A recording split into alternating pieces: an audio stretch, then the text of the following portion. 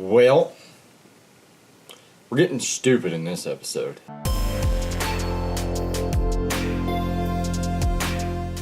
Like I said, I spoke to my brother, sent him some pictures of what it looks like now. And he said with the slide hammer to get it out, I'm going to put so many holes in it, I'm going to have to weld all the holes, and it's just, he said probably the best thing to do.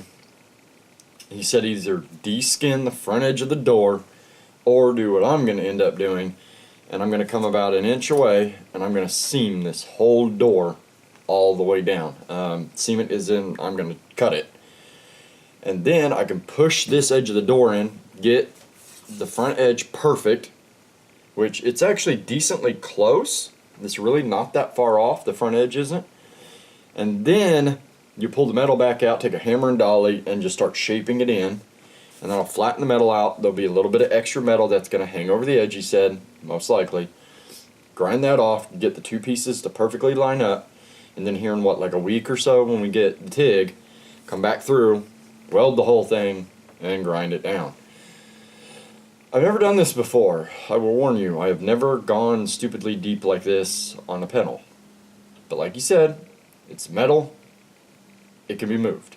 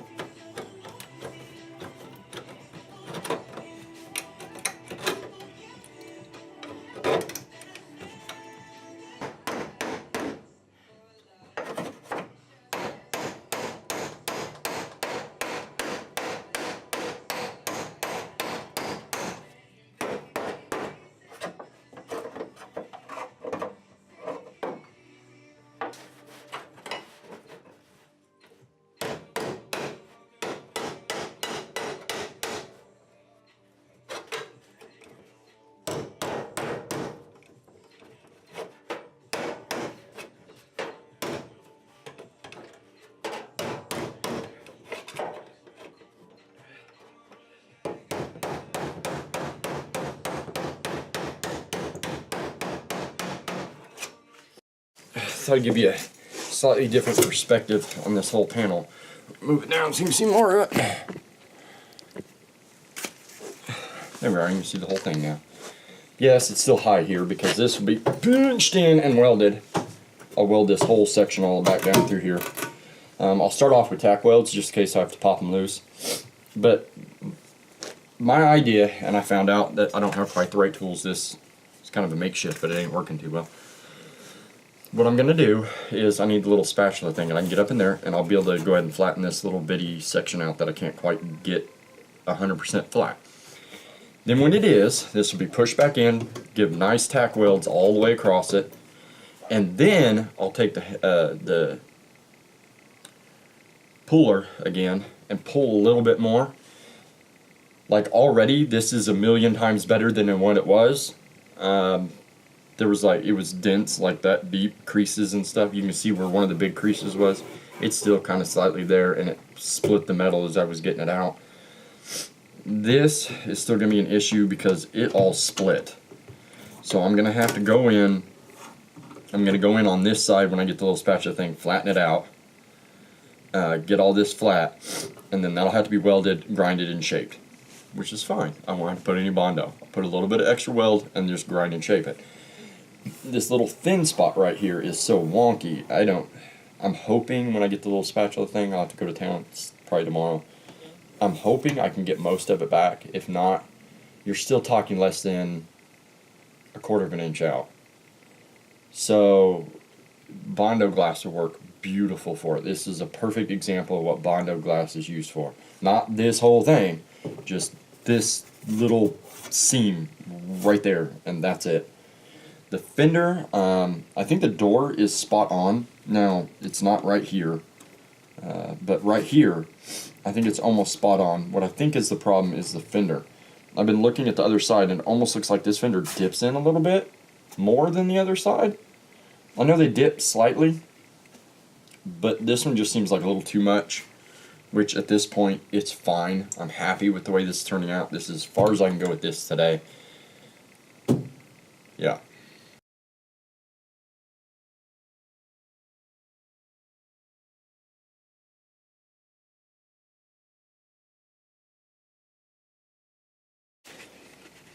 Nothing I didn't already expect. Surface rust like everywhere. This is just dirt now, but took it all off, or the majority of it off, except for, oh, yep, see, remember that bad spot? Yep, the beer can and seam sealer fix. I'm not quite sure if I want to keep, or just while I'm here, cut out the spare tire well and flatten it. I almost don't want to, because that's a lot of space for storage, as in, like, I don't know, sound processor, amplifier, whatever, because there will be a full sound system in here. You know, it'll be actually way up in there, but I don't know. I don't know yet, because I could cut it out. Let's see, let me show you. Cut it out, and just come straight across here.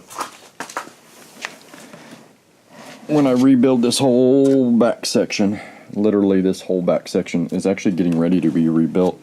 It's going to be chopped out probably here, and then it'll come straight across to the other side and cut all, like, that whole section will be cut out. I'm gonna bust this loose, and then get all this metal off. Metal underneath it right here is actually not that bad. It's all of this. This is decently the right shape. It needs to be reinforced, but I think the reason it's so, you know, it's just kind of rear end metal, the reason it's kind of floppy is because there's no support. If any of this metal is bad, it's not a big deal to do a little bend piece and fix it, make it look pretty, because you're gonna see this whole back section. So all of this must be 100% perfect, or at least like 95%.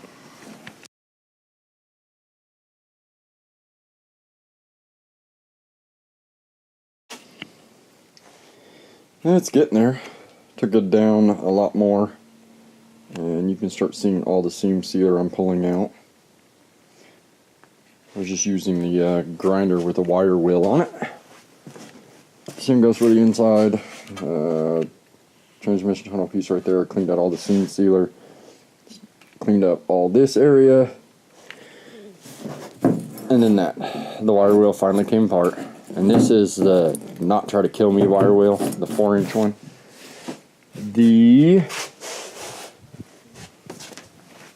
This one right here, 4.5 inch, you can't, even though it's a 4.5 inch grinder, you can't run the 4.5 inch wheel, because as it starts to come apart, I think I've said it before, but it starts to come out apart, stretches out and hits the guide. Well, I started to use it right there, and you can't really get in there with the handle too well, so I take the handle off, and then it tries to kick back, and I'm not having another eat my hoodie incident. So yeah, it's coming along really good. Of course, it's all this tedious little work. The door, hopefully tomorrow when I get to town, I'll be going to Harbor Freight tomorrow, and I'll get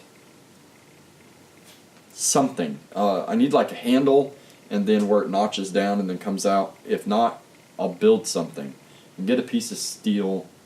I've got flat stock sitting around here that's really nice and wide, and I can probably build something that I can use to do this. But I think they make one, and I should be able to buy it at Harbor Freight.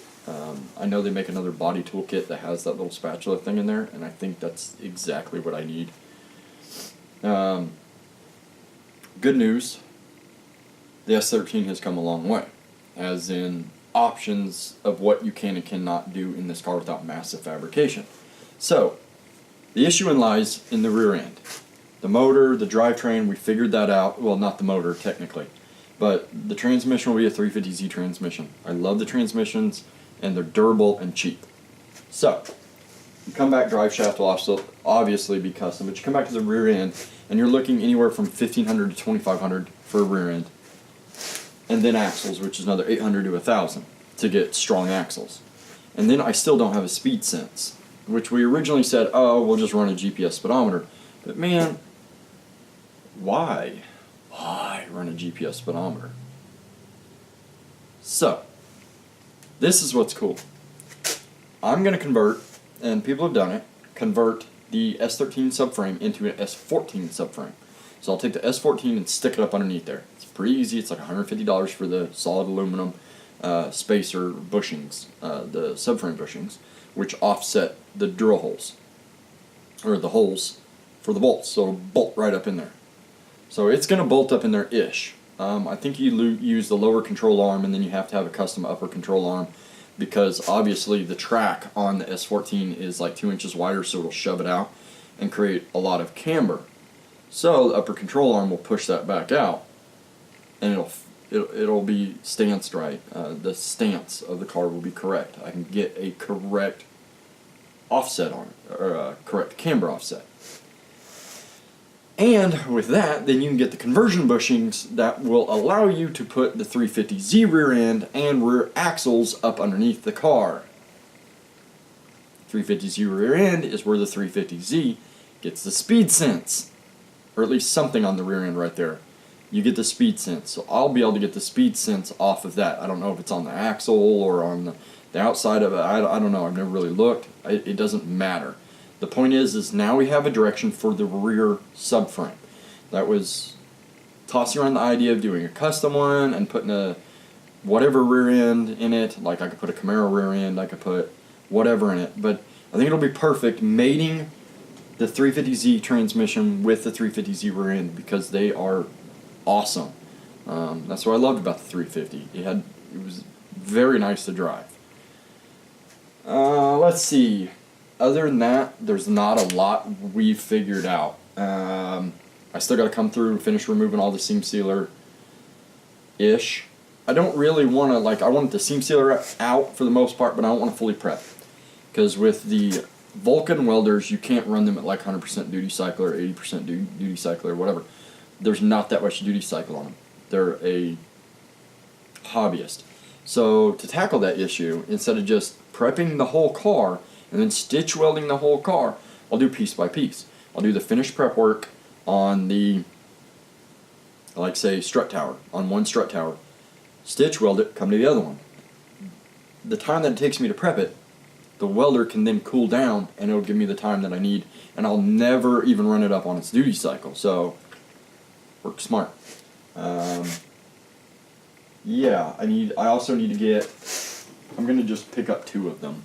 I need to get another one of these. This thing, when it came apart pretty violently. Luckily, the guard was on there. That's what I'm afraid about the big one, that it's going to come apart without the guard on it. And I've had those little prickly, the actual wire wheels sticking in me. They'll go through my hoodie, my shirt, and poke me. But with the hoodie, it's not like it's stabbing into you. I have, back in the summertime, you're using one of those wire wheels and you'll have the pieces of wire sticking out of your arm. It's not a fun process. So yeah, I'm happy with what I got done today. Didn't get as much time as I was hoping. Ended up having to go in for a few hours and work, but it turned out great. Everything's cleaning up pretty well. I still have no idea how I'm going to tackle the pinch weld underneath. I'm probably just going to cut it all out, weld it all together, and where I want the jack points at or whatever, where like the fender has to bolt actually, I'll just weld in some tabs.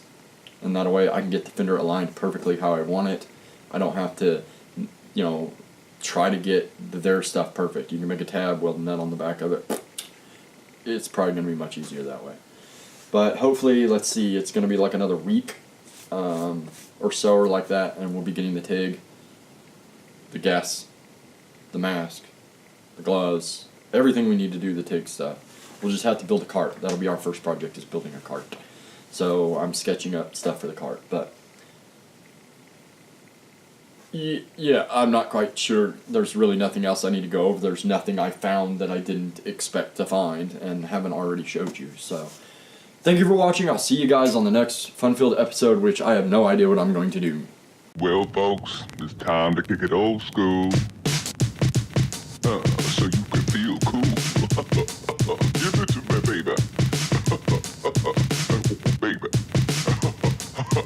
Yeah.